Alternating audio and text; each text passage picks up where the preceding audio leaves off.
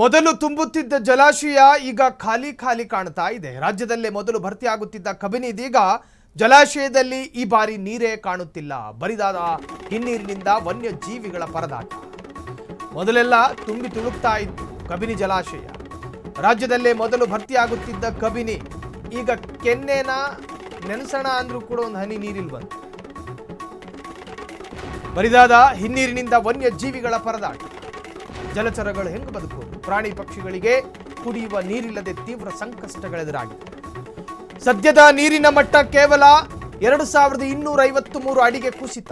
ಕೇರಳದ ವಯನಾಡು ಭಾಗದಲ್ಲಿ ಮುಂಗಾರು ಮಳೆ ವಿಫಲ, ಲಿಟ್ರಲಿ ವಿಫಲ. ಕೈಕೊಟ್ಟ ಮುಂಗಾರು ಜಲಾಶಯಕ್ಕೆ ಬರುತ್ತಿಲ್ಲ ನೀರು. ವಾಡಿಕೆ ಮಳೆಯಾಗದೆ ಕೃಷಿ ಕಾರ್ಯ ಸಂಪೂರ್ಣ ಕುಂಠಿತಗೊಂಡಿದೆ. ತಮಿಳುನಾಡಿಗೆ ನೀರು ಹರಿಸಬೇಡಿ ಎಂದು ರೈತರು ಎಚ್ಚರಿಕೆಯನ್ನು ಕೊಟ್ಟಿದ್ದಾರೆ. ಜಲಕ್ಷಾಮಕ್ಕೆ ನಮ್ಮ ರಾಜ್ಯ ತುತ್ತಾದರೆ ನಮ್ಮ ರೈತರು ಬಾಗ್ಲಲ್ಲಿ ನಿಂತ್ಕೊಂಡು ಬಾಯಿ ಬಡ್ಕೋಬೇಕು. ರೈತರೇ ಬಾಯಿ ಬಡಿದುಕೊಂಡರೆ ಬಾಯಿ ಮಾಡಿಬಿಟ್ಟು ನಮಗೆ ಹಾಕೊಳ್ಳೋದಕ್ಕೂ ಒಂದು ತುತ್ತು ಅನ್ನ ಸಿಗೋದಿಲ್ಲ. ನಮ್ಮ ಸರ್ಕಾರ ಪ್ರಾಮಾಣಿಕವಾಗಿ ರೈತರ ಪರವೇ ಆಗಿದ್ದರೆ ಕಾವೇರಿ ವಿಚಾರದಲ್ಲಿ ಕೋರ್ಟಲ್ಲಿ ಹೋರಾಡಬೇಕು. ಅತ್ಯಂತ ಪ್ರಬಲವಾಗಿ ಹೋರಾಡಬೇಕು. ನ್ಯಾಯಾಂಗ ವ್ಯವಸ್ಥೆಯನ್ನು ಈ ದೇಶ ಗೌರವಿಸಬೇಕು. ಅದರ ಆದೇಶವನ್ನು ಸ್ವೀಕಾರ ಮಾಡಬೇಕು. ಕಾವೇರಿ ನೀರಿನ ವಿವಾದ ಅಂತ ಬಂದಾಗ ನಮ್ಮ ರಾಜ್ಯ ಅತ್ಯಂತ ಪ್ರಬಲವಾಗಿ ನಿಂತ್ಕೋಬೇಕು. ನಮ್ಮ ರಾಜ್ಯದ ಪರ ಟ್ಯಾಂಕ್ ಭರ್ತಿ ಇದ್ರೆ ತಾನೇ ಪಕ್ಕದ ಮನೆಯವರಿಗೆ ಕೊಡೋದಕ್ಕೆ ಸಾಧ್ಯ. ನಮ್ಮ ಟ್ಯಾಂಕ್ಗೆ ಒಣಗಿ ಹಿಪ್ಪೆ ಆಗವೆ. ಹೆಂಗೆ ಕೊಡೋದು? ಯಾಕೆ ಕೊಡೋದು? ಕಾವೇರಿ ಅನ್ನೋದು ಪ್ರತಿಯೊಬ್ಬ ಕನ್ನಡಿಗನ ಹಕ್ಕು ಮತ್ತು ತನ್ನ ಸಂಪತ್ತು. ಅದನ್ನು ಬಿಟ್ಟು ಕೊಡುವ ಉದಾರತೆ ನಮ್ಮಲ್ಲಿದೆ. ಆದರೆ ನಮ್ಮಲ್ಲಿ ಇಲ್ಲದೇ ಇದ್ದ ಸಂದರ್ಭದಲ್ಲೂ ಬಿಟ್ಟು ಕೊಡುವ ಅವಿವೇಕಿತನ ನಮ್ಮದಾಗಬಾರ್ದಲ್ಲ. ಅದಕ್ಕಿಂತ ದೊಡ್ಡ ಅವಿವೇಕಿತನ ಮತ್ತೊಂದು ಯಾವುದಿದೆ? ರಾಜ್ಯದಲ್ಲಿ ಮುಂಗಾರು ಸಾಕಷ್ಟು ವಿಫಲವಾಗಿರೋ ಕಾರಣ ಕಬಿನಿ ವ್ಯಾಪ್ತಿನಲ್ಲಿ ನೀರು ಬರ್ತಕ್ಕಂಥದ್ದು ವಯನಾಡಲ್ಲೂ ಕೂಡ ಮಳೆ ವೈಫಲ್ಯ ಆಗಿರೋ ಕಾರಣ ಕಬಿನಿಯಲ್ಲಿ ಸಾಕಷ್ಟು ನೀರಿನ ಶೇಖರಣೆ ಕುಂಠಿತ ಆಗ್ತಾ ಇದೆ. ಈ ಕಬಿನಿ ಡ್ಯಾಮನ್ನು ನಂಬಿರ್ತಕ್ಕಂಥ ಮೈಸೂರು, ಚಾಮರಾಜನಗರ ಹಾಗೂ ಬೆಂಗಳೂರಿನ ಕುಡಿಯ ನೀರು ಕೂಡ ಈ ಡ್ಯಾಮನ್ನು ಅವಲಂಬಿಸಿದ್ದೇವೆ.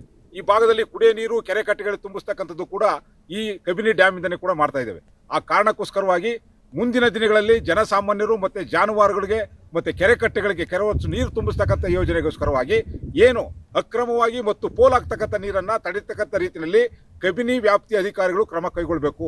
ಮುಂದಿನ ದಿನಗಳಲ್ಲಿ ಸಾಕಷ್ಟು ನೀರಿನ ಕೊರತೆ ಉಂಟಾಗ್ತಾ ಇದೆ. ಆ ಕೊರತೆಯನ್ನು ನೀಗಿಸಲಿಕ್ಕೋಸ್ಕರವಾಗಿ ತಮಿಳುನಾಡಿಗೆ ನೀರು ಬಿಡ್ತಕ್ಕಂಥದ್ದನ್ನು ಕೂಡ ಮುಂದಿನ ದಿನಗಳಲ್ಲಿ ಯಾವ ಹಂತದಲ್ಲಿ ನೀರು ಬಿಡಬೇಕಾಗ್ತದೆ ಅದನ್ನು ತಡೆಯತಕ್ಕಂಥ ವ್ಯವಸ್ಥೆ ಏನಿದೆ ತಕ್ಷಣವೇ ಕೇಂದ್ರದ ಜಲಮಂಡಳಿಗೆ ಮತ್ತು ಕೇಂದ್ರ ಸರ್ಕಾರಕ್ಕೆ ಮತ್ತು ಏನು ನೀರು ನಿರ್ವಹಣಾ ಮಂಡಳಿಗೆ ಸಂಬಂಧಪಟ್ಟಂಥ ವರದಿಯನ್ನು ಕರ್ನಾಟಕದಲ್ಲಿರ್ತಕ್ಕಂಥ ವಸ್ತುಸ್ಥಿತಿಯನ್ನು ತಲುಪಿಸ್ತಕ್ಕಂಥ ಕೆಲಸವನ್ನು ಅಧಿಕಾರಿಗಳ ತಂಡ ಮಾಡಬೇಕಾಗ್ತದೆ. ರಾಜ್ಯ ಸರ್ಕಾರ ಮಾಡಬೇಕಾಗ್ತದೆ. ತಕ್ಷಣವಾಗಿ ಏನು ಇವತ್ತು ಅಕ್ರಮವಾಗಿ ಮತ್ತು ಅನಧಿಕೃತವಾಗಿ ನೀರು ಕಬಿನಿಂದ ಹೋಗಿ ಪೋಲಾಗ್ತಾ ಇದೆ ಆ ನೀರನ್ನು ಶೇಖರಣೆ ಮಾಡಿ ಮುಂದಿನ ದಿನಗಳಲ್ಲಿ ಜನಸಾಮಾನ್ಯರು ಮತ್ತು ಕುಡಿಯೋ ನೀರನ್ನು ರಕ್ಷಣೆ ಮಾಡ್ತಕ್ಕಂಥ ಕೆಲಸವನ್ನು ಅಧಿಕಾರಿಗಳು ಮಾಡಬೇಕು. ರಾಜ್ಯದಲ್ಲಿ ಮುಂಗಾರು ಈ ಬಗ್ಗೆ ಹೆಚ್ಚಿನ ಡೀಟೇಲ್ಸ್ ಕೊಡೋದಕ್ಕೆ bureau chief Mysuru reporter Raghavendra phone ಸಂಪರ್ಕದಲ್ಲಿ. ರಾಘವೇಂದ್ರ, ಒಂದು ಕಾಲ ಇತ್ತು ಮೈಸೂರು ಭಾಗದ ರೈತರ ಮುಖದಲ್ಲಿ ಒಂದು ನಗು ಬರ್ತಿದೆ ಅಂತ ಹೇಳಿದ್ರೆ ಕಬಿನಿ ಜಲಾಶಯ ತುಂಬಿದೆ ಅಂತ ಅರ್ಥ. ಸೊ ಈಗ ಕಬಿನಿಯೂ ತುಂಬಿಲ್ಲ, ರೈತನ ಮುಖದಲ್ಲೂ ಸಮಾಧಾನವೂ ಇಲ್ಲ. ಏನಿದೆ ಬಗ್ಗೆ ಹೆಚ್ಚಿನ ಡೀಟೇಲ್ಸ್ ರಾಘವೇಂದ್ರ? ಹೌದು ಸಾಹಿಲ್, ಏನು ಜೂನ್ ತಿಂಗಳು ಆರಂಭ ಆದ್ರೆ ಸಾಕು, ಏನು ಇಡೀ ರಾಜ್ಯದ ಮೊಟ್ಟ ಮೊದಲನೇ ಬಾರಿಗೆ ಜಲಾಶಯ ತುಂಬ್ತಾ ಇದ್ದಿದ್ದೆ ಈ ಕಬಿನಿ ಜಲಾಶಯ. ಇದು ಈ ಭಾಗಕ್ಕೆ ಅಂದ್ರೆ ಮೈಸೂರಿನ ಸ್ವಲ್ಪ ಭಾಗಕ್ಕೆ ಅಂದ್ರೆ ಮೈಸೂರು ಮತ್ತೆ ಚಾಮರಾಜನಗರ ಎರಡೂ ಜಿಲ್ಲೆಗಳ ಲಕ್ಷಾಂತರ ಮಂದಿ ರೈತರಿಗೆ ಜೀವನಾಡಿಯಾಗಿರ್ತಕ್ಕಂಥ ಜಲಾಶಯ. ಆದ್ರೆ ಜೂನ್ ಆರಂಭದಲ್ಲೇ ಏನು ಮುಂಗಾರು ಪ್ರವೇಶ ಆಗಿದ್ರು ಕೂಡ ಅದರ ಮಳೆ ಮಾತ್ರ ಇನ್ನೂ ಕೂಡ ಆರಂಭ ಆಗಿಲ್ಲ. ಏನು ಎರಡೂ ಕಡೆ ಏನೋ ವಯನಾಡು ಪ್ರದೇಶದಲ್ಲಿ ಸಾಕಷ್ಟು ಪ್ರಮಾಣದ ಮಳೆ ಆಗ್ಬೇಕಾಗಿತ್ತು ಈಗಾಗಲೇ. ಆದ್ರೆ ವಯನಾಡು ಪ್ರದೇಶದಲ್ಲಿ ಮಳೆ ವೈಫಲ್ಯತೆಯಿಂದಾಗಿ ಜಲಾಶಯಕ್ಕೆ ಸ್ವಲ್ಪವೂ ನೀರು ಬಂದಿಲ್ಲ. ಹೀಗಾಗಿ ಏನು 74 ಅಡಿ ಗರಿಷ್ಠ ಮಟ್ಟದ ಜಲಾಶಯ 53 ಅಡಿ ಕುಸಿದಿದೆ. ಜಲಾಶಯದಲ್ಲಿ ಸಾಕಷ್ಟು ಪ್ರಮಾಣದ ನೀರು ಇಲ್ಲ. ಅಂದ್ರೆ ಕೇವಲ ಕುಡಿಯುವ ನೀರಿಗೆ ಮಾತ್ರ ಏನು ನೀರು ಇರ್ತಕ್ಕಂಥದ್ದು. ಇದನ್ನ ಗಮನಿಸದ್ದೇ ಆದ್ರೆ ಏನು ಮುಂದೆ ಬರ್ತಕ್ಕಂಥ ದಿನಗಳಲ್ಲಿ ಏನು ಬೇಸಿಗೆ ಏನು ಮುಂದೆ ಬರ್ತಕ್ಕಂಥ ದಿನಗಳಲ್ಲಿ ಸಾಕಷ್ಟು ಏನು ನೀರಿನ ಸಂಕಷ್ಟ ಎದುರಾಗುವಂತ ಸಾಧ್ಯತೆಗಳು ಇದಾವೆ. ಅದರಲ್ಲೂ ಬಹಳ ಮುಖ್ಯವಾಗಿ ಮೈಸೂರು ಸೇರಿದಂತೆ ಬೆಂಗಳೂರು ನಗರಕ್ಕೆ ಕೂಡ ನೀರು ಸಪ್ಲೈ ಆಗ್ತಾ ಇರತಕ್ಕಂಥದ್ದು, ಕುಡಿಯುವ ನೀರಿಗೆ ಸಾಕಷ್ಟು ನೀರು ಲಭ್ಯತೆ ಸಿಗ್ತಾ ಇರತಕ್ಕಂಥದ್ದು ಕಬಿನಿ ಜಲಾಶಯದಿಂದ. ಹಾಗಾಗಿ ಕಬಿನಿಯಲ್ಲಿ ಯಾವಾಗ ನೀರು ಖಾಲಿ ಆಗ್ತಾ ಇದೆ, ಇದು ಎಲ್ಲೋ ಒಂದ್ ಕಡೆ ಆತಂಕವನ್ನ ಸೃಷ್ಟಿ ಮಾಡಿದೆ. ಇನ್ನೊಂದು ಕಡೆ ಏನು ಕಬಿನಿ ಬ್ಯಾಕ್ ವಾಟರ್ ಏನಿದೆ, ಆ ಹಿನ್ನೀರು ಪ್ರದೇಶದಲ್ಲಿ ನಾಗರಹೊಳೆ ರಾಷ್ಟ್ರೀಯ ಉದ್ಯಾನವನ ಇದೆ. ರಾಷ್ಟ್ರೀಯ ಉದ್ಯಾನವನದ ವ್ಯಾಪ್ತಿನಲ್ಲಿ ಸಾಕಷ್ಟು ಏನು ವನ್ಯಜೀವಿಗಳು, ಪ್ರಾಣಿ ಪಕ್ಷಿಗಳಿಗೂ ಕೂಡ ಈ ಹಿನ್ನೀರಿನ ಪ್ರದೇಶದಲ್ಲಿ ನೀರಿದ್ರೆ ಅದು ಆಧಾರ ಆಗಿರ್ತಕ್ಕಂಥದ್ದು. ಆದ್ರೆ ಪೂರ್ತಿಯ ಪ್ರದೇಶ ನೀವು ಗಮನಿಸಬಹುದು, ಎಲ್ಲವೂ ಕೂಡ ಬರದಾಗಿದೆ.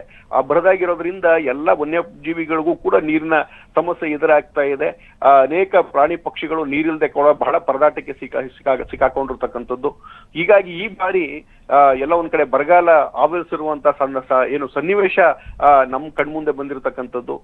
ಈಗಾಗಲೇ ವಯನಾಡು ಪ್ರದೇಶದಲ್ಲಿ ಸಾಕಷ್ಟು ಪ್ರಮಾಣದ ಮಳೆ ಆಗ್ಬೇಕಾಗಿತ್ತು. ಆರಂಭದಲ್ಲೇ ಒಂದು ಮುನ್ಸೂಚನೆ ಸಿಕ್ಕಿತ್ತು ಮಳೆ ಆಗುತ್ತೆ ಅಂತೇಳಿ. ಆದ್ರೆ ಈಗ ಜೂನ್ ಅಂತ್ಯಭಾಗಕ್ಕೆ ಬಂದ್ರೂ ಕೂಡ ಮಳೆ ಆರಂಭ ಆಗಿಲ್ಲ. ಹೀಗಾಗಿ ಕರ್ನಾಟಕದಲ್ಲೇ ಮೊದಲನೇ ಬಾರಿಗೆ ಭರ್ತಿಯಾಗುವಂತ ಜಲಾಶಯ ಅಂತ ಹೆಗ್ಗಳಿಕೆ ಪಾತ್ರ ಆಗಿದ್ದಂತ ಕಬಿನಿ ಕೂಡ ಈ ಬಾರಿ ಬರದಾಗಿದೆ, ಖಾಲಿಯಾಗಿದೆ. ಹೀಗಾಗಿ ಜಲ ಸಂಕಷ್ಟ ಎದುರಾಗತಕ್ಕಂಥದ್ದು ನಿಶ್ಚಿತ ಅನ್ನುವಂತ ಮಾತುಗಳು ಕೇಳಿ ಬರ್ತಾ ಇದೆ. ಸಾಯಿ, ಥ್ಯಾಂಕ್ ಯು ರಾಘವೇಂದ್ರ ತಮ್ಮೆಲ್ಲ ಡೀಟೇಲ್ಸ್ಗೆ.